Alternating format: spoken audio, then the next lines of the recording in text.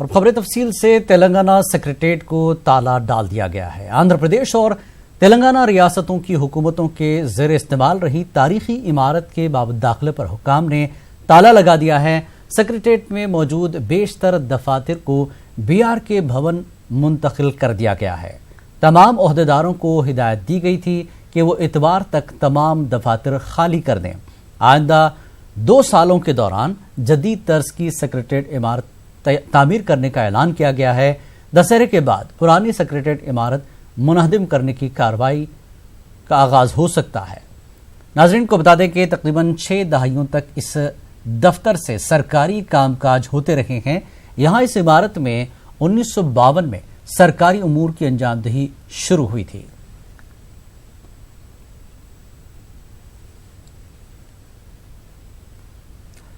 जिला जगतियाल के धर्मापुरी टाउन में राजेश नामी MBA तालिब इल्म पर पुलिस की जानिब से जुल्म पर शहरी हुकूक की तंजीम ने मजम्मत की है। तंजीम ने इलाके का दौरा करके हक़ाइक़ जानने की कोशिश की। तालिब इल्म ने हुकूमत के खिलाफ फेसबुक पर पोस्ट किया था। बताया जा रहा है कि मकामी TRS लीडरों की इमा पर तालिब इल्म को पुलिस स्टेशन तलब करके 3rd डिग्री इस्तेमाल की गई। शहरी हुकूक की तंजीम के रियासती अहदेदारों के हमरा मकामी अराकीन ने मामले की छानबीन के बाद मीडिया से बात की। पूरे मामले में रियासती वजीर के ईश्वर को मुलजिम बनाया जा रहा है। इंस्पेक्टर लक्ष्मी बाबू पर इल्जाम है कि उसने राजेश के साथ मारपीट की। टीआरएस నాయకుల ఒత్తిడి మేరకు స్థానిక మంత్రి పుప్ల ఈశ్వర్ వాళ్ళ అనుచరుల ఆదేశాల మేరకే స్థానిక సిఐ లక్ష్మణ్ బాబు 16 ఉదయం సోమవారం నాడు ఒక హెడ్ కానిస్టేబుల్ ద్వారా పోలీస్ స్టేషన్కు మాట్లాడేది ఉన్నదని పోలీస్ స్టేషన్కు పిలిపించి తీవ్రమైన 3rd డిగ్రీలు చేసిండ్రు। ఈ 3rd డిగ్రీని ఎలాంటి కేసు నమోదు లేకుండా ఎలాంటి అరెస్టులు కానీ ఎలాంటి కేసులు లేని ఈ MBA విద్యార్థి అయిన కాశెట్టి రాజేష్పై పోలీసులు పోలీస్ స్టేషన్కు అకారణంగా తీసుకొని నిర్బంధించడాన్ని పౌర హక్కుల సంఘంగా తీవ్రంగా మేము ఖండిస్తున్నాం। అక్రమ అరెస్టు, చట్ట ఉల్లంఘన, దౌర్జన్య మాఫియాకు అనుకూలంగా పోలీసులు వ్యవహరిస్తున్నారని మేము మా నిర్ధారణలో మొదటి పాయింట్గా మేము భావిస్తున్నాం। तेलंगाना बीजेपी सदर लक्ष्मण ने दावा किया है कि ESI डिस्पेंसरी में 300 करोड़ का घपला हुआ है। उनका कहना है कि सरकारी अस्पताल में इतने बड़े पैमाने पर बदनुमानी हुई है और अभी तक सरकार ने इस बदनुमानी मामले की तहकीकात का हुक्म नहीं दिया। लक्ष्मण ने कहा कि तेलंगाना में हर सरकारी स्कीम में बदनुमानी हुई है। नीज हुकूमत ने उनके जरिए उठाए गए बदनुमानी के मामलात की तहकीकात का हुक्म नहीं दिया है। लक्ष्मण ने कहा कि नीलोफर अस्पताल में छोटी लड़कियों पर तशखीसी टेस्ट करवाना गैर इंसानी है। इसके अलावा हुजूराबाद के किसानों की तरह निजामाबाद के किसान भी हुकूमत के खिलाफ हो गए हैं। KCR सरकार की इन बदनुमानियों के बायस अवाम अब बीजेपी की तरफ देख रहे हैं। आने वाले दिनों में तेलंगाना में बीजेपी और मजबूत होगी और यहां भी कमल खिलेगा। तेलंगाना ESI डायरेक्टर देविका रानी को ACB ओहदेदारों ने जुमे के रोज गिरफ्तार कर लिया। वाज़ेह है कि ESI में अद्वियात की खरीदारी के दौरान बड़े पैमाने पर बदउनवानी हुई है और ACB ने ओहदेदारों ने अब तक 23 अफराद को इस मामले में मकानात पर छापा मारा है। इस दौरान ACB को कई अहम दस्तावेजात हाथ लगे हैं। पुलिस ने देविका रानी को गिरफ्तार करके अदालत में पेश कर दिया है और अब इस बदउनवानी मामले पर सियासत भी शुरू हो गई है। और आइए इस पूरे मामले पर बात करते हैं। हमारे साथ जन्म साक्षी के एडिटर हैं रहमान। जिस तरह से ये पूरे मामले पर अब सियासत हो रही है, बड़ा दावा है तेलंगाना बीजेपी सदर लक्ष्मण का कि 300 करोड़ की इसमें बदनुमानी हुई है। क्या कुछ इस पूरे मामले पर सियासत हो रही है रहमान?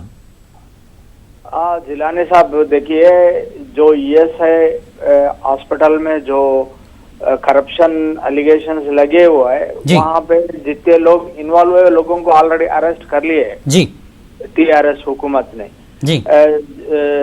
जितने इस पे इंक्वायरी ACB से चल रहा और बीजेपी अभी तो हुजूर नगर का इलेक्शन चल रहा, कम से कम वहाँ का डिपॉजिट हासिल करे तो अच्छा रहता बीजेपी यहाँ जीत की बात है। जी जी। और कर्नाटका में येडियुरप्पा जैसे लोगों को सीएम बना के, जी। येडियुरप्पा कैसा सीएम बने, उनके ऊपर क्या चार्जेस लगे हुए थे, जेल को जाके आए, जी। ऐसे लोगों को सामने रखे पॉलिटिक्स चलाने वाले बीजेपी, ये लोग करप्शन के बारे में बात करना बहुत अफसोस की बात है। नहीं, लक्ष्मण ये बोल रहे हैं कि सरकार ने तहकीकात का हुक्म तक नहीं दिया, जबकि गिरफ्तारियां भी हो गई और एसीबी जो है पूरे मामले को देख रही है। हाँ जी।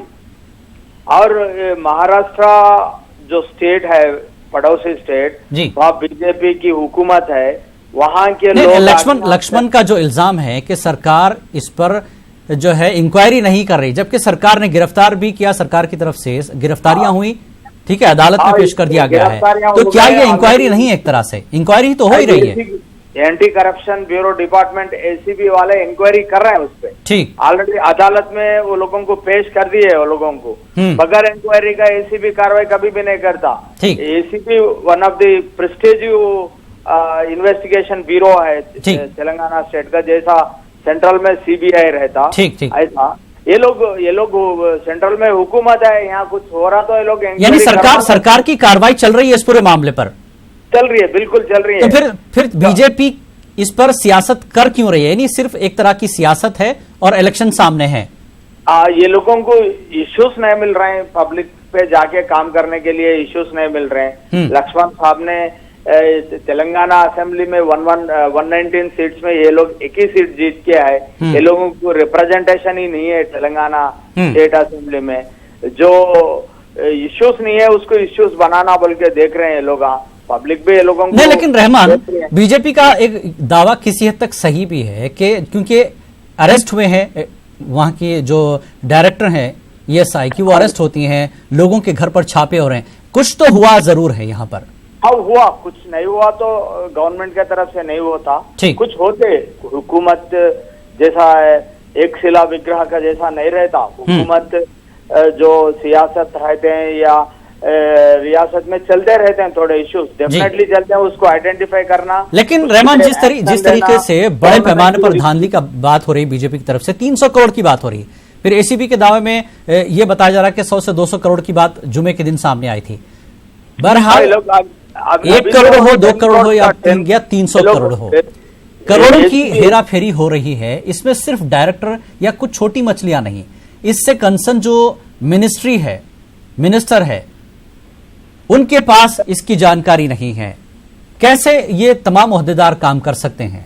कहीं ना कहीं सियासी तौर पर भी लोग इन्वॉल्व हो सकते हैं अगर ये हुआ है जरूर तो।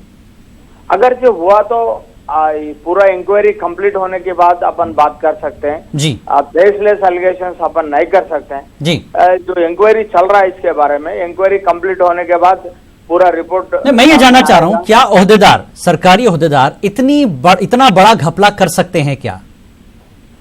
ऐसा तो नहीं हो सकता। ये 10 करोड़ का जो एलिगेशन ही दिख रहा अभी तक, बड़ा ये तो नहीं दिख रहा। इसके जो ऑफिसर्स को गिरफ्तार कर लिए हैं, ऑफिसर जो इसके रेस्पॉन्सिबल है उसके डायरेक्टर, पूरे उनके घरों पे भी एसीबी के राइड्स हुए। इंक्वायरी पूरा कंप्लीट होने के बाद अपन इस पे बात कर सकते हैं। रहमान, एक और चीज लक्ष्मण ने यह भी कहा कि तेलंगाना की हर सरकारी स्कीम में बदउनवानी घपला है।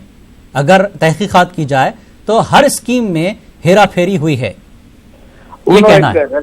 उन्होंने रेस्पॉन्सिबल अपोजिशन पॉलिटिकल पार्टी के जैसे बात करना, और कोई एलिगेशन करे तो कंस्ट्रक्टिव एलिगेशन करना। वो लोग कुछ सजेशन दिए तो कंस्ट्रक्टिव सजेशन देना, किसमें हुआ, कहाँ हुआ, कितना हुआ, पब्लिक के सामने लाके पेश कर सकते हैं। कल परसों तक तो असेंबली चला था, उनका भी रिप्रेजेंटेटिव था, उन्होंने तो नहीं आए, कुछ प्राइवेट आर्मी बनाने के काम में थे बोल के वो लोग बयान दिए। सेंट्रल में वो लोग खुद हुकूमत रहे थे, प्राइवेट आर्मी बना के नफरत पैदा करने की पॉलिटिक्स ये लोग पहले से चला रहे हैं। तो कि कंस्ट्रक्टिव बुनियाद पे कुछ एलिगेशन करे तो अच्छा रहता। ठीक, जो हवा में जो ये लोग बोल रहे हैं, यानी ये पूरी बातें एक तरह से बीजेपी की, ठीक है, सरकार अपनी कोशिश कर रही है, यानी बीजेपी के ये तमाम बयान, ये जो कुछ इलेक्शन होंगे कुछ सीटों पर असेंबली की, खासकर अगर हुजूर नगर की हम बात करें, हुजूराबाद की बात करें, तो हुजूराबाद और कुछ सीटों के इलेक्शन को लेकर ये सारी सियासत हो रही है। उतना ही दिखता है। लोग कभी इलेक्शन सामने आए तो ऐसे ही करते। हुजूर नगर में तो अभी तो बाय इलेक्शन होने वाला है, वहाँ पे डिपॉजिट हासिल करे तो बहुत बड़ी बात है। तेलंगाना असेंबली का इलेक्शन जब भी होता, पब्लिक टीआरएस और कांग्रेस के बीच में ही लड़ाई होती। कांग्रेस पार्टी तो बहुत वीक हो चुकी है। बीजेपी भी असेंबली में एक ही रिप्रेजेंटेटिव है इनका।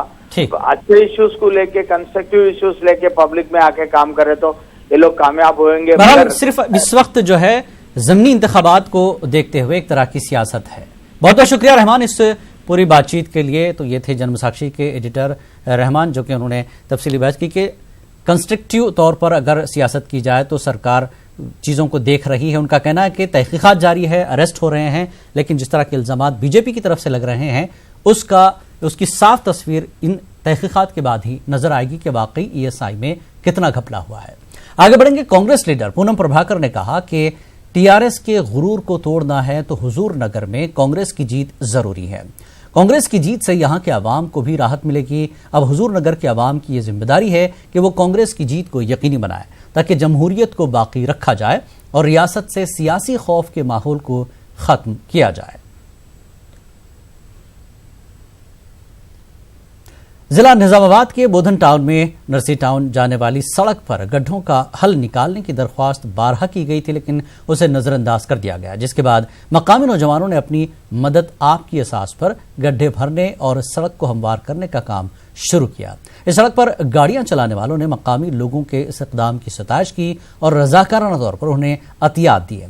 बोधन से नांदेड़ जाने वाली इस सड़क पर बड़े बड़े गड्ढे पड़ जाने की वजह से गाड़ियां चलाना मुश्किल हो गया है। इस सड़क पर बारिश के दिनों में हादसा हो चुके हैं। सरकारी इंतजामिया की लापरवाही पर मकामी लोगों ने नाराजगी जाहिर की। तेलंगाना से ताल्लुक रखने वाले 200 तलबा जिन्हें एमबीबीएस कोर्स में फ्री सीट हासिल हुई, उन्हें उर्दू, रोजनामा सियासत, मेस्को और शाहीन ग्रुप ऑफ इंस्टीट्यूशंस की जानिब से तहनीत पेश की गई। इस तकरीब में रोजनामा सियासत के managing editor Zahiruddin Ali Khan, Shaheen group के डायरेक्टर अब्दुल कदीर, चेयरमैन मेस्को मोहम्मद फखरुद्दीन और तलबा और सरपरस्त मौजूद थे।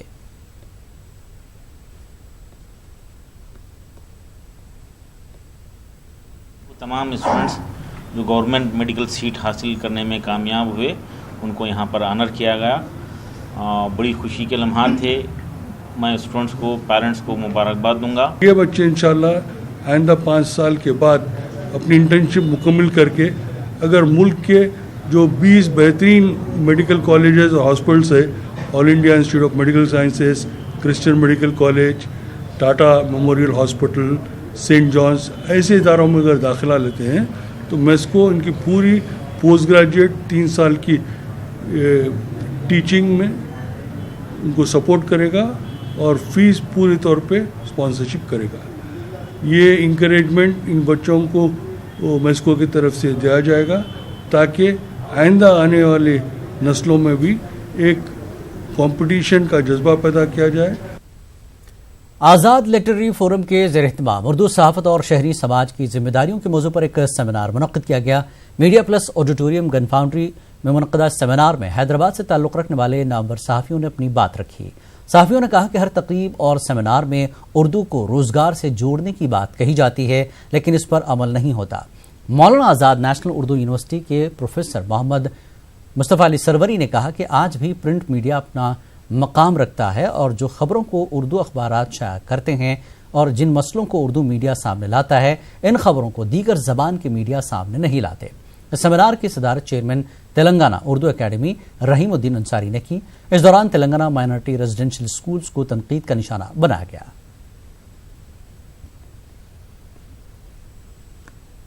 आज़ाद लिटरेरी फोरम ने उसके जनरल सेक्रेटरी एजाज अली कुरैशी साहब ने जो है आज ये प्रोग्राम मीडिया प्लस में किया था।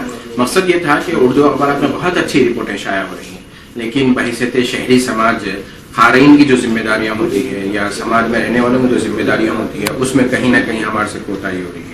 तो इस ज़िमन में आज के सेमिनार में मुख्तलिफ अखबार के नुमाइंदे, सीनियर सहाफ़ी शरीक रहे। उन्होंने उस मौजू पर गुफ्तगू की। ख़ास तौर पर आज नुमाया कारकर्दगी पर सहाफ़ियों में अवार्ड्स भी आज़ाद लिटरेरी फोरम की तारीफ से तकसीम किए गए। मकसद ये था कि सहाफ़ियों की हिम्मत अफजाई की जाए, उर्दू सहाफ़ियों की, और उर्दू सहाफ़ी तहक़ीक़ाती सहाफ़त के जो नमूने पेश कर रहे हैं उनको मौसर बनाने के लिए शहरियों की भी तवज्जो दिलाई जाए। साल 2015 में दौरान हज क्रेन हादसे का शिकार होने वाले हाजी मुजीब को मुआवजे की रकम हवाले कर दी गई है। सऊदी हुकूमत ने उन्हें 95 लाख रुपए मुआवजा मुहैया कराया है। रियासती वज़ीर दाखिला मोहम्मद महमूद अली ने उन्हें मुआवजे का चेक हवाले किया। तेलंगाना भवन में तकरीब मुनक्किद की गई थी, जिसमें हज कमेटी के सदर मोहम्मद मसीउल्लाह भी शरीक रहे। हैदराबाद में तालाब कट्टा के रहने वाले मुजीब मनासिक हज के दौरान उस वक्त जख्मी हो गए थे जब बड़े क्रेन उन पर गिरे थे। उस वक्त हादसे में आज़मीन हज शहीद भी हुए थे। कुछ हाजी शदीद तौर से जख्मी हो गए थे। मुआवजा मिलने पर मुजीब ने हुकूमत का शुक्रिया अदा किया और मुस्तकबिल में भी ऐसी ही काविशों की उम्मीद जाहिर की। किराना हादसे में जख्मी हो गया था। जख्मी होने के बाद यहाँ आने के बाद से मेरी ये पूरी तिली निकाल लिए थे। मैं ठेला बंडी पे काम करने वाला हूँ। सऊदी हुकूमत मुआवजा देते बोले थे। फिर वहाँ से आने के बाद 1 साल 1.5 साल तक तो कुछ भी नहीं हुआ। मैं बहुत चक्कर इधर उधर फिरा। फिर जब से चेयरमैन साहब मसीउल्लाह साहब जब नए चेयरमैन बने थे, हमको खाली ऐसा मालूम हुआ ऐसा किराना हादसे में जख्मी हुए थे बोले, तो साहब बुला के मेरे को 50,000 रुपये दिए थे DPCM के सालगिरह के मौके पे। अल्हम्दुलिल्लाह फिर आप मेरे जो डॉक्यूमेंट्स वगैरह फिर मेरे को सऊदी हुकूमत से लेटर आया था, कुछ डॉक्यूमेंट बना के बॉम्बे को जाके फिर भेजने का था। साहब पूरी कार्रवाई करे, हर वक्त हर कदम मेरे को साथ दिए बेचारे। फिर अल्लाह के फजल से अल्लाह ताला अपने हबीब सदक़े में मेरी माँ की दुआ से आप लोगों की मदद की वजह से अल्लाह ताला आज मेरे को 95 लाख रुपये का चेक घर को आया। मैं साहब का शुक्रिया अदा करने और CM केसर साहब का, महमूद अली साहब का और मसीउल्लाह साहब का बेहद ममनून मशकूर हूँ। ज़िंदगी भर दुआ गो रहूँगा। अब ये खाना हजम होने यानी खाने रात में 2-3 घंटे ठहरना चलना फिरता, ज़्यादा हरारत नहीं कर सकते, ज़्यादा बात करते होठ सूख जाते, ज़्यादा चलने फिरने भी नहीं होता, मगर अल्हम्दुलिल्लाह अल्लाह का शुक्र है जब से। जिला निजामाबाद के अंदुलोई में बस स्टेशन का जिला कलेक्टर ने मुआयना किया। जिला कलेक्टर M राम मोहन राव ने बस अड्डे का अचानक मुआयना किया। कलेक्टर ने बताया कि दही इलाकों में 1 माह के तरक्याती प्रोग्रामों का जोर शोर से आगाज हो चुका है, लेकिन मंडल सतह के ओहदेदारों की लापरवाही के सबब ऐसी सूरत हाल पैदा हुई है। जिला कलेक्टर ने इंतजामिया के अफसरान पर बरहमी जाहिर की। बस स्टेशन में वॉशरूम्स अबतर हालत में पाए जाने पर उन्होंने तफसीली रिपोर्ट मांगी है।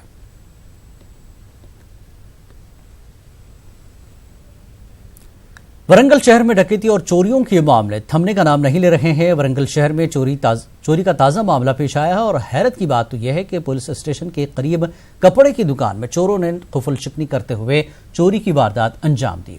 यहां सिर्फ एक दुकान में चोरी नहीं हुई, बल्कि एक के बाद लगातार पड़ोस की 4 दुकानों में चोरी की वारदात अंजाम दी गई और चोरी ऐसे मौके पर की गई जबकि कपड़ों की दुकानों में दशहरा की मुनासिबत से नया स्टॉक रखा गया था। इसके अलावा दुकानों में मौजूद भारी रकम की भी चोरी की गई है। पुलिस ने मुतासर अफराद की शिकायत पर मुकदमा दर्ज कर लिया है। पुलिस तहकीकात में मसरूफ है। आंध्र प्रदेश सर्व शिक्षा अभियान के ज़ेर-ए-इत्तिमाम HRD इंस्टीट्यूट बापटला में स्टेट प्रोजेक्ट डायरेक्टर SSA की सदारत में कौमी सेमिनार मुनक्किद किया गया। सेमिनार का इफ्तिताह रियासती वज़ीर तालीम A सुरेश बाबू ने किया। सेमिनार में दीनी मदारिस के तलबा ने बढ़ चढ़ कर हिस्सा लिया। तलबा और तालिबात ने उर्दू, रियाजी, साइंस और माहौल के तहफ़्फ़ुज़, कुदरती वसाइल की तजदीद पर वर्किंग मॉडल्स पेश किए।